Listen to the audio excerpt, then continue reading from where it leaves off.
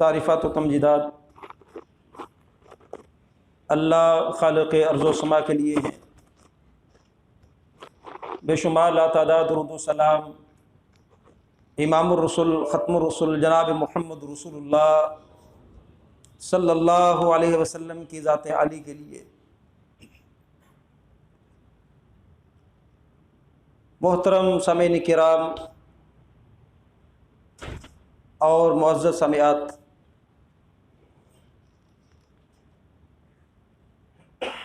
ہمارے معاشرے حقوق و فرائض پر مبنی معاشرے ہیں، اور ایسے معاشروں میں جہاں بعض حق آپ نے ادا کرنا ہوتے ہیں وہ فرائض بن جاتے ہیں، اور بعض جہاں آپ نے اپنے حقوق کا مطالبہ کرنا ہوتا ہے وہ دوسرے کے فرائض بن جاتے ہیں۔ ایسے معاشرے زندہ ہی تب تک ہیں کہ جب تک لوگ حقوق و فرائض کی پابندی کرتے رہیں گے۔ اگر نہیں کریں گے تو وہ ملک کیوں نہ ہو، وہ علاقہ کیوں نہ ہو، وہ ریاست کیوں نہ ہو، وہ گھر کیوں نہ ہو، یہاں تک کہ وہ مسجد کیوں نہ ہو، وہاں امن و آشتی اور سکون نہیں ملے گا۔ دنیا کے اندر یہ جتنے حادثات نظر آتے ہیں، پریشانیاں نظر آتی ہیں، تکلیفیں نظر آتی ہیں، غم نظر آتے ہیں، ان کے پس پردہ حقوق کو ادا نہ کرنا ہے۔ اگر ہم سب لوگ ذمہ دار بن جائیں، حقوق و فرائض کے ادا کرنے والے بن جائیں، تو ہمارے گھر، ہمارے ملک، ہماری ریاستیں، ہماری مساجد، ہمارے بازار، ہمارے محلے، ہر جگہ آپ کو امن اور سکون نظر آئے گا۔ ایسے ہی گھر بھی ایک ادارہ ہے، ایک اکائی ہے ایک معاشرے کی۔ گھر کے اندر والدین ہیں، ہم نے تفصیل سے ان کے حقوق کا تذکرہ کیا تھا، اور اسی گھر میں اولاد بھی موجود ہے۔ والدین کا تصور اولاد کے ساتھ ہے، اور اولاد کا تصور والدین کے ساتھ۔ تو اگر والدین کے حقوق اولاد پر فرائض ہیں تو اولاد کے کچھ بھی ایسے حقوق ہیں جو والدین پر فرائض ہیں۔ اگر وہ والدین ادا نہیں کریں گے تب بھی آپ کا گھر امن اور سلامتی کا گہوارہ نہیں بن پائے گا۔ اور اسلام نے ان حقوق کے اندر جو سب سے پہلا حق رکھا ہے وہ حق کے زندگی ہے۔ ان کو زندگی دیں۔ اور زندگی کا حق کیوں رکھا؟ اس لیے کہ میرا رب کریم ان کو زندہ رکھنا چاہتا ہے۔ جو اختیار میرے رب کا ہے وہ کوئی انسان اپنے ہاتھ میں نہیں لے سکتا۔ یہ سبب ہے کہ اسلام کے اندر اللہ تعالیٰ نے اور ساری شریعتوں کے اندر ہر دور کے اندر قتل کی ممانعت فرمائی ہے۔ وہ قتل کوئی، اور اسلام سے قبل جاہلیت والے معاشرے میں یہ معاملہ ہوتا تھا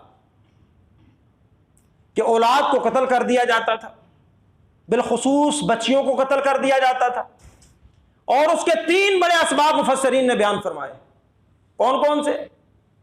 پہلا جو ایلیمنٹ اور فیکٹر ہے بچوں کو قتل کرنے کا، جس میں بچے بھی شامل تھے، بیٹے بھی شامل تھے، یہ نہیں کہ بیٹیاں، بیٹے بھی شامل تھے۔ کیسے؟ غیر اللہ کی رضا کے لیے، بتوں کو خوش کرنے کے لیے، بتوں کی خوشنودی حاصل کرنے کے لیے، اور ان کے اندر بیٹے بھی ذبح ہو رہے ہیں، بیٹیاں بھی ذبح ہو رہی ہیں۔ اسلام نے میں کتنا زبردست متبادل دیا ہے کہ آپ بڑی عید آتی ہے آپ جانور قربان کرو۔ اسماعیل علیہ السلام کا واقعہ اسی طرف ہے کہ اللہ کی رضا اگرچہ مطلوب ہے اللہ کو، اللہ تمہارے خونوں کا بھی مطالبہ کرتا ہے، لیکن اللہ کہتا ہے اگر تمہارے دل کے اندر تقوی اور طہارت میرا ڈر ہے نا، تم جانور بھی ذبح کر ڈالو گے میں اس کو بھی قبول کر لوں گا۔ اور اگر تقوی طہارت پرہیز کی نہیں ہے، پرہیزگاری نہیں ہے، پھر تم اپنی بھی جان دے دو تو میں یہ رب کریم سمجھوں گا کہ تو نے اپنے آپ کو بہادر بنانے کے لیے، لوگوں کے اندر اپنا نام بنوانے کے لیے اپنا خون میرے رستے میں پیش کیا۔ تیرے اندر اخلاص نہیں تھا، تیرے اندر تقوی نہیں تھا، تو میری رضا چاہتا نہیں۔ ہمیں متبادل مل گیا۔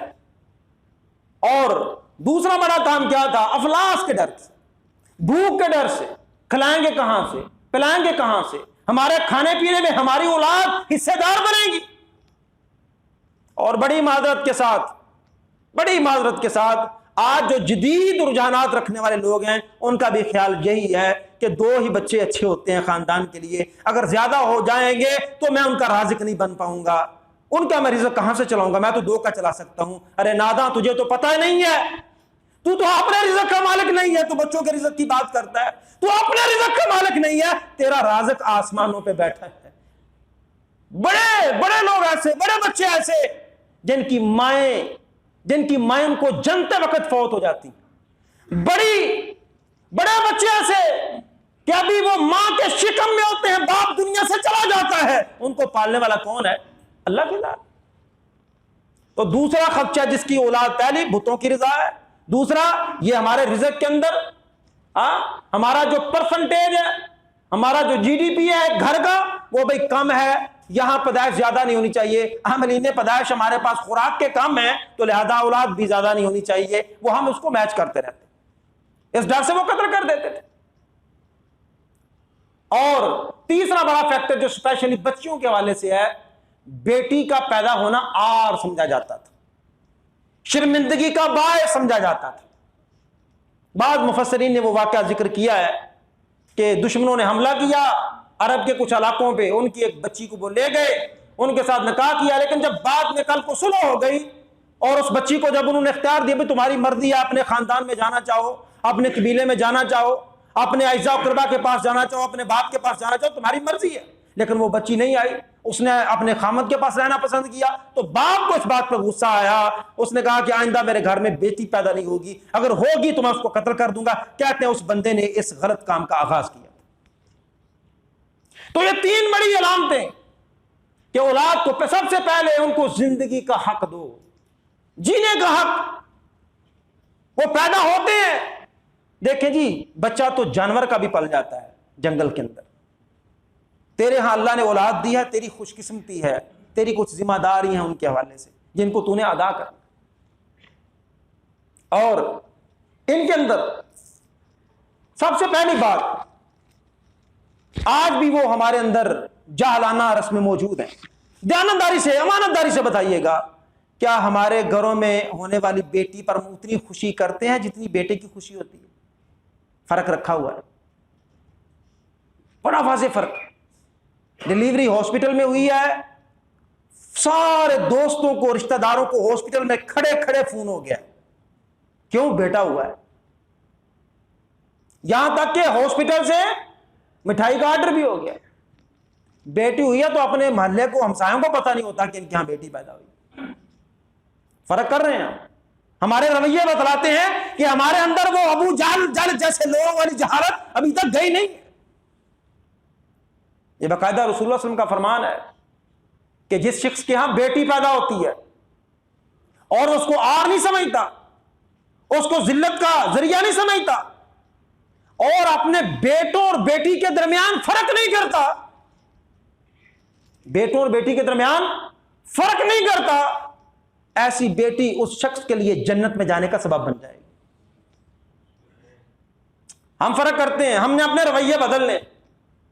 خوشی کریں, بیٹی ہے تو تب بھی اللہ کی عنایت. آپ قرآن کا انداز دیکھیں نا, قرآن کا انداز دیکھیں. اللہ نے کب قرآن میں پہلے بیٹے کی بات کی؟ یَهَبُ لِمَن یَشَاءُ إِنَاثًا وَیَهَبُ لِمَن یَشَاءُ ذُکُورًا. اللہ کہتے ہیں میں جس کو چاہوں بیٹی دوں, جس کو چاہوں بیٹا دوں. اللہ نے تو پریورٹی دے دی بیٹی کو. اللہ نے قرآن میں, وہ کافر لوگ تھے نا مشرکین, وہ تو بیٹیوں کو زندہ ترغور کیا کرتے تھے. اچھا ایک اور بہت سارے فلاسفر نا وہ اپنی فلسفہ جھاڑتے ہیں, اور نہیں جی اگر وہ ساریاں مار جاندیاں تو انہی مخلوق کتوں پیدا ہو گئی, ہے نا یہ سوال. او بھائی ساری دنیا کو عرب کے اندر ہی نہیں تھی. ایک بات. دوسری بات, جب کسی معاشرے کی بری ایلیمنٹ بیان کیا جاتا ہے نا, تو ایسا نہیں ہے کہ وہ معاشرہ 100% غلط ہوتا ہے اور کوئی زندہ رہ نہیں پاتا. وہاں کچھ کم ظرف ہوتے ہیں جو اس طرح کی حرکات و سکنات کرتے ہیں. اب بندہ یہ کہے کہ یار ہمارا معاشرہ جھوٹ پہ چل رہا ہے, ایسے ہی ہے نا جی, ہمارے کاروبار, ہمارے لین دین, ہماری باتیں جھوٹ پہ, تو کیا ہم یہ کہہ سکتے ہیں کہ ہم اب سارے جھوٹے ہیں, کوئی سچا ہے ہی نہیں؟ سچے ہیں تو یہ سسٹم چل رہا ہے نا. دیانتدار ہیں تو سسٹم چل رہا ہے. اصل میں جب کسی غلط کام کی طرف اشارہ کیا جاتا ہے تو ان کی میجورٹی کی طرف اشارہ کیا جاتا ہے کہ اکثریت لوگ اس طرح کیا کرتے تھے. اکثر یہ جی غلط بات ہے, پچھلے دنوں مجھے سننے میں ملا ہے, اور غلط بات ہے ایسے مولوی بیان کر دیتے ہیں جی یہ وہ مر گئی تو اتنی دنیا کہاں سے پیدا ہوئی, مر گئی تھی. تو ہم نے کب کہا مولویوں نے کہ ساری دنیا عربوں کے اندر ہی تھی, باقی کوئی دنیا تھی نہیں. ایک بات. اور دوسری بات, جب یہ ان کا برا ایکٹ بیان کیا جاتا ہے تو سارے عرب ایسے نہیں تھے, بلکہ کم ظرف لوگوں کا تذکرہ ہو رہا ہے کہ جو وہ اس طرح کیا کرتے. تو بہرحال ہم نے اولاد کے حوالے سے, اگر اللہ تعالیٰ اولاد, یار ان سے پوچھ کے دیکھو, ان سے پوچھ کے دیکھو جن کے پاس بیٹی بھی نہیں ہے, جن کے پاس بیٹا بھی نہیں ہے. اللہ کہتے ہیں چاہوں تو میں بیٹا بھی دوں, بیٹیاں بھی دوں, اور چاہوں تو میں عقیم کر دوں, بانج کر دوں. یہ اللہ کی مرضی ہے, کوئی زبردستی نہیں کر سکتا, اولاد چھین کے نہیں لی جا سکتی. اور وہ بھی دیکھیں ہیں, بیٹا نہیں ملا, بیٹی نہیں ملی, کچھ بھی نہیں ہوا, ہے تو جاہلیت والی دعا. یہ بھی دے دے پامیں دولے شادہ چوہا ہی دے دے, اس طرح سنا ہے نا کہ چلو وہ ان کی خدمت کرے گا. جس طرح وہ عربوں کے اندر ہوتا تھا, وہ بنی نذیر والے اس طرح کیا کرتے تھے. لوگ وہاں جا کے منتیں مانگتے تھے کہ ہمیں اولاد مل جائے, چاہے وہ چھوٹے سر والا ملے, کیا کریں گے. بنی نذیر کی عبادت گاہ جو وہاں لوگ ان کے ڈیرے ہیں بنی نذیر کے یہودیوں کے, ہم وہاں خدمت کے لیے چھوڑ دیں گے, وقف کر دیں گے, یہ دربار پہ چھوڑ آئیں گے, وہ ان کی خدمت کیا کرے گا. اللہ سے اس طرح مانگا کرتے تھے. تو جب اللہ تعالیٰ نے اولاد دے دی, وہ بنو نذیر کے اس طرح وہ یہودیوں کے ڈیرے پہ چھوڑایا کرتے تھے کہ خدمت کے لیے وقف کر دیا جی, ان کا واسطہ دے کے ہم نے مانگا تھا تو اللہ نے دے دیا. تو کل کلان جب ان کو اللہ نے دین کی ہدایت دی, اب انہوں چاہیے تو کام غلط کر بیٹھے, اب ان کو زبردستی مسلمان بناؤ. پھر اللہ نے منع کر دیا, نہیں کہ تم کسی کو زبردستی مسلمان نہیں بنا سکتے. یہ جو ہم مسلمانوں کے لیے اکثر آیت بولتے ہیں نا کہ تم بھائی تو پہلے مسلمان ہے, اس کی اصلاح, اس کی ریفارمیشن ہماری ذمہ داری ہے. یہ قرآن نے جن کا بیان دیا ہے نا, یہ ان کا بیان ہے کہ جو وہ یہودیوں کے پاس چلے گئے تھے, غلط منتے مانگتے. بہرحال میرا وہ ٹاپک نہیں ہے. بعض لوگوں کو اس طرح بھی دعائیں کرتے دیکھا ہے, اور وہ بھی ہیں حضرت یحییٰ, وہ دعا کر رہے ہیں. زکریا, حضرت زکریا وہ دعا کر رہے ہیں. پھر ابراہیم علیہ السلام دعا کر رہے ہیں, رب ہب لی من الصالحین, یا اللہ بے اولاد نہ رکھنا, یا اللہ بے اولاد نہ رکھنا, یا اللہ کو وارث عطا کرنا. اور بھئی اگر وارث مل گیا ہے, بیٹا ملا, بیٹی ملی, کوئی ملا, اب تربیت تیرے اوپر ذمہ ہے, اب تو نے تربیت کرنی, تیری ذمہ داری ہے. اب ابتدائی جو معاملات ہیں ان کی طرف ہم آتے ہیں. بچہ بیٹا بیٹی پیدا ہو تو ہم کیا کرنا ہے جی, برابر خوشی ہونی چاہیے, کیونکہ یہ اللہ کی عطا ہے. چاہتا تجھے یہ بھی نہ دیتا, سارے ملکوں کے دربار ڈاکٹر تو پھر لیتا, جگہ جگہ کی خاک چھان مارتا, پھر بھی اللہ تجھے نہ دیتا. اب دے دیا ہے نا, خوش ہو جا. اس نے اپنا کرم و فضل تجھ پہ کر دیا ہے, تو کیا کرنا, سب سے پہلے اس کو تہنیک کرنا ہے, گڑتی دینا کہتے ہیں. کوئی میٹھی چیز اس کو کھلائیں, چٹائیں, اور کوشش کریں کسی نیک آدمی سے, کسی صبر والے سے, کسی حوصلے والے سے, کسی نمازی انسان سے. صحابہ کرام ایسے کیا کرتے تھے. جب ان کے ہاں کوئی بیٹا بیٹی پیدا ہوتے تو وہ نبی کریم سے ان کے پاس لے کے آیا کرتے تھے. آپ اپنے منہ مبارک کے اندر کھجور کو چباتے اور اس کھجور کا وہ ریشہ بنا کے اس بچے کے تالو کو لگاتے اور وہ چاٹ لیتا تھا. آج میں سمجھتا ہوں اس بات کی اشد ضرورت ہے کہ بچے کو تہنیک گڑتی دیتے ہوئے اپنے خاندان کے اندر نیک بزرگ, اور خصوصاً جو تحمل مزاج ہو, صبر والا ہو, اس کی گڑتی دلایا کریں. نیک بھی ہو, نمازی ہو, اور صبر والا ہو, کیونکہ آج کے دور میں صبر نام کی چیز نظر آتی نہیں. دوسری عام بات اذان کا مسئلہ ہے جی. اذان لوگ پوچھتے ہیں اذان دینی چاہیے. میرے بھائی 3 روایات ہیں, تینوں کے تینوں ضعیف ہیں اذان کے حوالے سے. کہ پھر کیا ہوگا, چونکہ یہ تعامل امت ہے اور شروع سے ایسا ہوتا چلا آ رہا ہے, اس لیے ہم دائیں کان کے اندر اذان دیں گے. اس کے بعد ختنہ کا معاملہ ہے, تو ختنہ کرنا ضروری ہے, اسلام کا حکم ہے کہ بچے کا ختنہ کیا جائے. اور دیکھیں ابراہیم علیہ السلام نے اپنا ختنہ خود کیا تھا, تو ختنہ کرنا یہ بھی ضروری ہے. اب اس کے سائنٹیفک کازز اینڈ افیکٹس اور ریزنز کیا ہیں, یہ ٹائم نہیں ہے کہ اس کو اس کی طرف بیان کر دیں, وہ سارا جمعہ اس پہ لگا دیں. کہ کیوں کرنا چاہیے، پھر اللہ نے اس طرح پیدا کیوں کیا ہے، یہ بہت سارے آپ کو سوشل میڈیا پہ اس کے جوابات مل جائیں۔ عقیقہ کرنا بڑا ضروری ہے جی، والدین پہ فرض ہے، اولاد کا حق ہے، والدین کا فرض ہے کہ وہ عقیقہ کریں، کیونکہ رسول اللہ صلی اللہ علیہ وسلم کا یہ فرمان ہے کہ بچہ اپنے عقیقے کے عوض گروی ہوتا ہے۔ بچہ اپنے عقیقے کے عوض کیا ہوتا ہے جی؟ گروی ہوتا ہے۔ اور اگر آپ بچے کا عقیقہ کرتے ہیں تو اس کو بہت ساری ایذا سے بچا لیتے ہیں، تکلیف سے بچا لیتے ہیں، تو یہ ضروری ہے۔ اب سوال یہ ہے، کیا عقیقہ 7ویں دن ہی کرنا ضروری ہے؟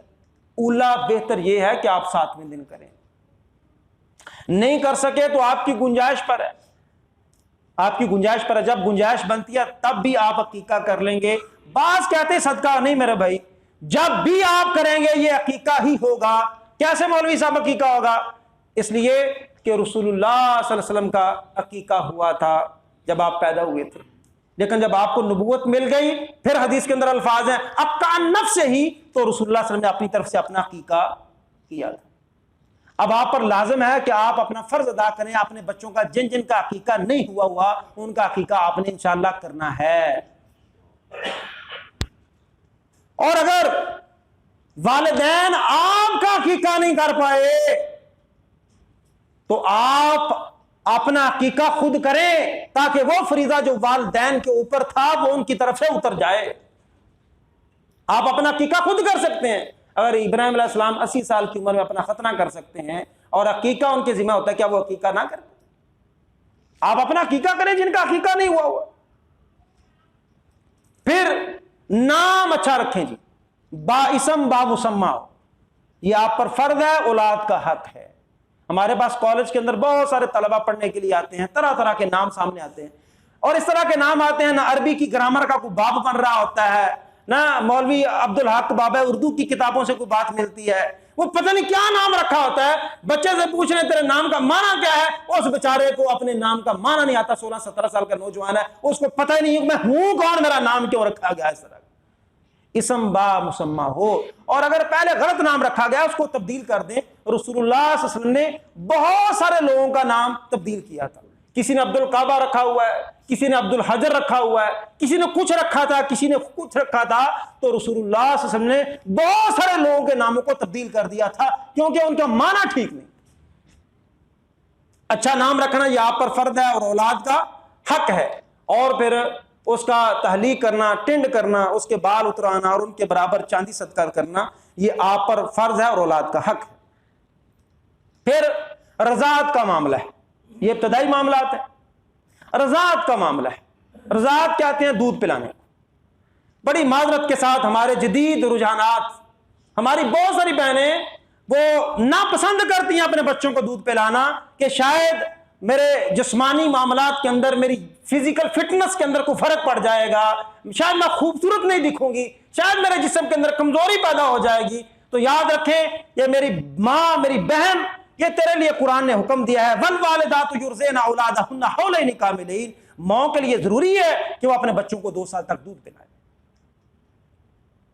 اور ایک جگہ قرآن کریم نے کیا ہے کہ حملہ و فصالہ 30 شہرا، کہ اس کا جو پیریڈ ہے پریگنینسی کا، دودھ پلانے کی مدت، وہ کل ملا کے 30 ماہ ہے، یہ ضروری ہے ان کے اوپر۔ ہاں عربوں کے اندر اس طرح ہوا کرتا تھا، آپ کے پاس گنجائش ہے، آپ کسی کا دودھ پلوانا چاہتے ہیں، قرآن کے اندر یہ بھی وضاحت سے موجود ہے، آپ کسی اور عورت کا دودھ پلوانا چاہتی ہیں تو آپ کی مرضی ہے، آپ اس کو پے کر کے اپنے بچے کو دودھ پلوا سکتی ہیں۔ لیکن اولا بہتر کیا ہے کہ ماں اپنے بچے کو خود وہ دودھ پلائے، ماں باپ کے اثرات اولاد میں منتقل ہوتے ہیں۔ اگر ہم نے شروع سے پیدائشی وہ ڈبے والے دودھ اور انگریز کی تعلیم یہ سارے شروع کر دیے نا، پھر بڑا ہوتا ہے تو باپ بھی پوچھ رہا ہوتا ہے پتہ نہیں تو کدے تے ٹر گئے، اچھا یہی پوچھ رہا، باپ بھی پوچھ رہا کدے تے ٹر گئے، ماں پوچھ رہی ہے تو نے دودھ نہیں پلایا، تو نے تعلیم جو دینا تھی وہ نہیں دی، طفل سے بو کیا آئے گی ماں باپ کے اتوار کی، دودھ تو ڈبے کا ہے، تعلیم ہے سرکار۔ تو ماں کے لیے ضروری ہے، اور کہتے ہیں جی 40 سال تک ماں کے دودھ کے اثرات باڈی کے اندر رہتے ہیں۔ دیکھ لیں آج سویر کیسز جو ڈیلیوریز ہوتی ہیں ہاسپٹل کے اندر، جائیں ڈاکٹر کیا کہتا ہے، سب نہیں ماں کے دودھ کے علاوہ اس کو کوئی نہیں، کیونکہ سب سے زیادہ صحت مند دودھ ماں کا ہے اس بچے کے لیے۔ اس بچے کا حق ہے اور ماں کا فرض ہے کہ وہ اس کو فیڈ کروائے. اور میں نے ایک روایت پڑھی کہ نبی کریم صلی اللہ علیہ وسلم نے فرمایا کہ مجھے دکھایا گیا تھا کہ بعض عورتیں ان کی چھاتیوں کو سانپ ڈس رہے ہیں. تو میں نے پوچھا تھا جبریل امین سے یہ کون لوگ ہیں؟ کہا یہ وہ مائیں ہیں جن کے بچے ان کی چھاتی کی طرف بڑھنا چاہتے ہیں لیکن اپنے بچوں کو ہی پیچھے کر دیتی. تو یہ حق بنتا ہے 2 سال. ہاں ایک اور بات یاد رہے, 2 سال دودھ پلائیں بہت اچھی بات ہے. جو 2 سال سے قبل چھڑوانا چاہتا ہے اسلام نے اس کی بھی رخصت عنایت کی ہے قرآن کریم کے اندر موجود. پھر اس کا خرچہ جو ہے وَعَلَى الْمَوْلُودِ لَهُ رِزْقُهُنَّ وَكِسْوَتُهُنَّ بالمعروف, عرف طریقے کے ساتھ, معروف طریقے کے ساتھ, جو آپ کے معاشرے میں رائج طریقے ہیں ان کے ساتھ. اس باپ پر اس دودھ پلانے والی کا بھی خرچہ اس کے ذمہ ہے, اور یہ جو اولاد ہے بچہ نان و نفقہ اس کا کپڑا اور دیگر معاملات بھی باپ کے سپرد ہیں. ایک شخص, ایک صحابی کہتے اللہ کے نبی سے میرے پاس ایک دینار ہے. کہا اچھا دینار ہے تو اپنی ذات پہ خرچ کر. سب سے پہلے کس کی ذات؟ اس کی اپنی ذات. کہا جی میرے پاس ایک اور ہے. کہا اپنی اولاد پہ خرچ کر. کہا جی میرے پاس ایک اور دینار ہے. کہا اپنی بیوی پہ خرچ کر. کہا جی میرے پاس تو ایک اور دینار ہے. کہا اب تیری مرضی ہے جس پہ مرضی خرچ کر. سب سے پہلا حق تمہارا, تمہاری اولاد کا, تمہاری بیوی کا. اور صدقوں کی بھی بہت ساری اقسام رسول اللہ صلی اللہ علیہ وسلم نے بیان فرمائی ہے. بہترین صدقہ وہ ہے کہ جو تم اپنی اولاد پر خرچ کرتے ہو, بہترین صدقہ. اب تو میرے خیال وہ لوگ نہیں ملتے جو ابو بکر جیسے ہوں کہ سارا اللہ کے رستے میں دے رہے ہیں, بچوں کا کیا بنے گا. اور اس پر روایات اگرچہ بہت ساری ہیں, شاید ان کو بیان کرنے کی ضرورت نہیں ہے. ہم تو پہلے ہی مر گئے دنیا کٹھی کر کر کے کہ بچے پہ لگا دو, بچے کو کھلا دو, بچے کو پالو, بچے کو گاڑی, بچہ احساس کمتری کا شکار نہ ہو. ٹاؤن میں آخر رہتا ہے تو 2-4 لاکھ والی گاڑی پہنے گا, 30-35-40 لاکھ والی گاڑی پہ بیٹھے گا, تب لوگ عزت کریں. سب کچھ ہم نے دے دیا, سب کچھ. اب تو بیچارہ مدرسے والا بھی آتا ہے, وہ ایویں تسی کھا چھڑ دے. ادھر جہاد والا آ گیا, ہم جہاد کر, چلو ایویں گلاں بنائیاں نے مولوی لوٹ کر. اب اس کو توفیق ہی نہیں ہے کہ اولاد سے باہر دیکھ بھی پائے.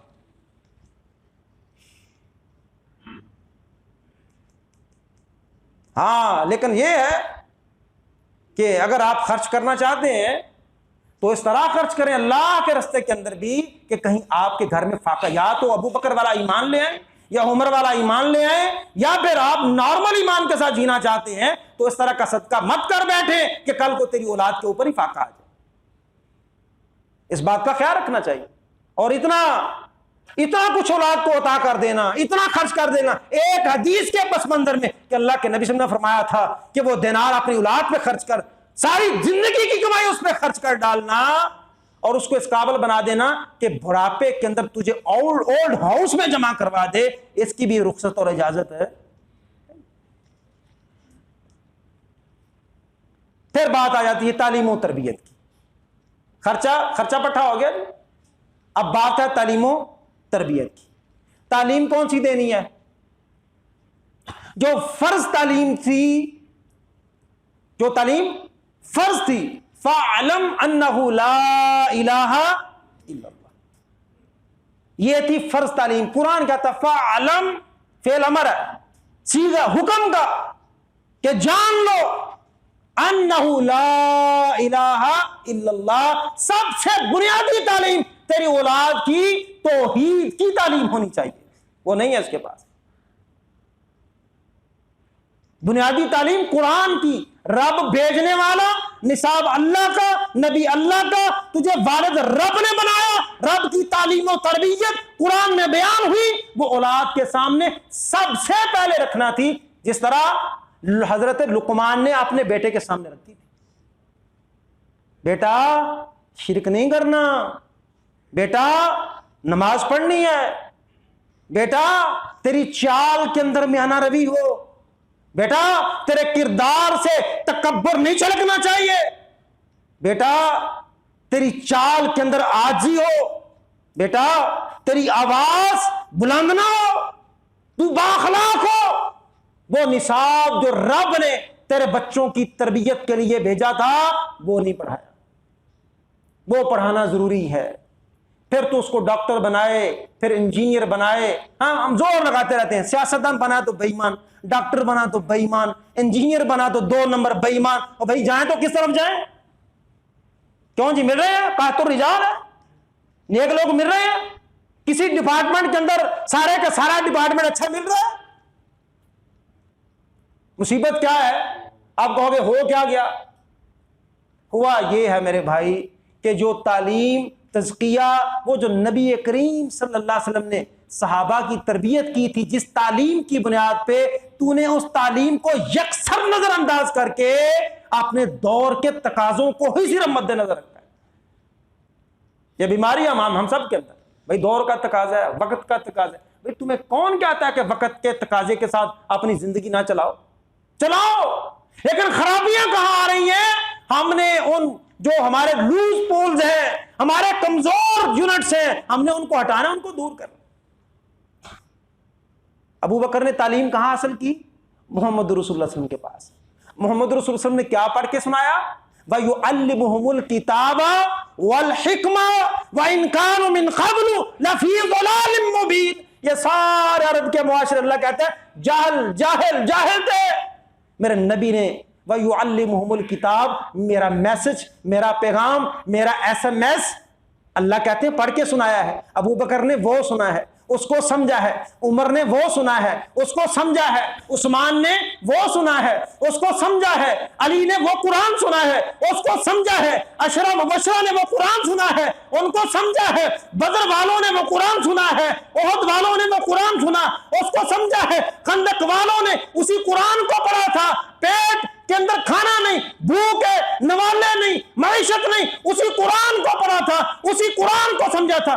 بھوکے, نہ گل میں کپڑا ہے, بدن پہ کپڑا ہے, نہ پاؤں میں جوتا ہے. یقین تھا دنیا میں غالب آئیں گے تب تک جب تک قرآن سے چمٹے رہیں. ہم ڈاکٹر بھی بنے, انجینئر بھی بنے, فلاسفر بھی بنے, اب ہماری ISI بھی سب سے بہترین, افواج بھی اچھی, سب کچھ اچھا, لیکن پھر بھی دنیا کے اندر اسلام کو غالب کرنے میں ناکام کیوں رہے؟ ہم نے تعلیم وہ نہیں لی جو اللہ نے آسمان سے بھیجی, ہم نے تعلیم وہ لی جو یورپ نے ہم کو دی. کیا ہم لنگڑے ہیں؟ ہم اندھے بہرے ہیں؟ کیا ہم گونگے ہیں؟ کیا ہمارے پاس نظام تعلیم نہیں ہے؟ وہ لاڈ میں کالے بے شرم جو کچھ دے کے گیا, آج یہ بدو بجکڑ باہر سے پڑھ کے آنے والے اسی پہ بیٹھ کے, اسی پہ مکھی مار مار کے ہماری قوم کو کھلا رہے. کتنا لینگویج بیریئر. نظام تعلیم پر بات کرو تو میں کہتا ہوں اللہ حافظ ہے, آج تک بدل نہیں سکے. جب سے انگریز گیا نظام تعلیم بدلا. آپ بچوں کی پاس پرسنٹیج دیکھ لو, بابری نے پیسے لا کے رزلٹ کاٹتے 33% لکھا تے پھولے نہیں سمارا, پورے محلے میں لڈو تقسیم کرن دیا. کیوں؟ میرے پتر نے 33% نمبر لے کے پاس ہو گئے. ان کی یونیورسٹیز کے اندر 33% پاس ریشو ہے, پاس پرسنٹیج 33% ہے جی. کتنی ہے جی؟ مور دین 65%. کیوں؟ آپ کو نکما سمجھتا ہے, آپ کو پاگل سمجھتا ہے. اور ہم نے بھی کہا جو نصاب تو دے گا وہی چلائیں گے. اس نے کہا خانقاہ الگ کر دو, مدرسہ الگ کر دو, مسجد الگ کر دو. ہم نے سکول الگ کر دیا, مسجد الگ کر دی. ورنہ آپ اپنے آبا کی کہانیاں پڑھ لیں, ان کی تعلیم پڑھیں نا ذرا. وہ جی جیومیٹری بھی پڑھا ہوا ہے, میتھمیٹکس بھی پڑھا ہوا ہے, اسٹرونومی پڑھا ہوا ہے, کیمسٹری بھی پڑھا ہوا ہے, علم تفسیر بھی اس کے پاس ہے, علم قرآن بھی اس کے پاس ہے, حدیث کا علم بھی پڑھا ہوا ہے, تفسیر بھی پڑھا ہوا ہے, یہ ساری چیزیں پڑھا ہوا ہے. کیوں؟ اس وقت ادارے اس طرح کے تھے کہ دینی اور عصری علوم کا امتزاج تھا.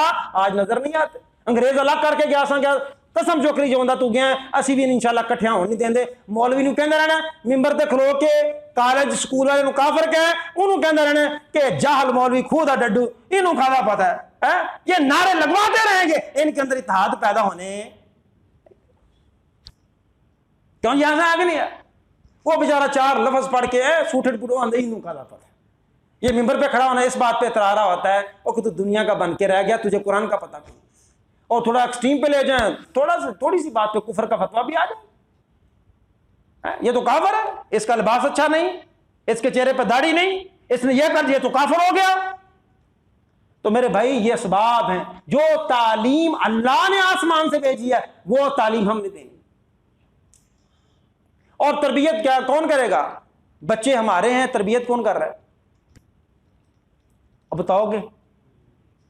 بچے ہمارے، تربیت کون کر رہا ہے؟